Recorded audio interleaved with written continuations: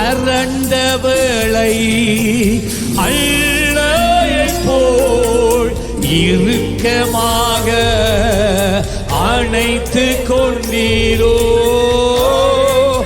வேதனைப்பட்ட நேரத்தில் ஒரு தாயை போல எங்களை இறுக்கி அணைத்துக் கொண்டீரே ஆண்டவரே.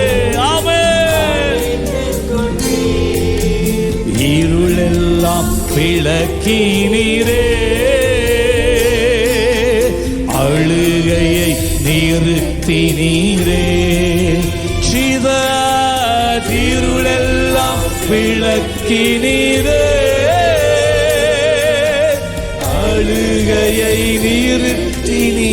எல்லாரும் ஒருமனப்பட்டு கரங்களை உயர்த்தி ஸ்தோத்திரமே சொல்லுங்க.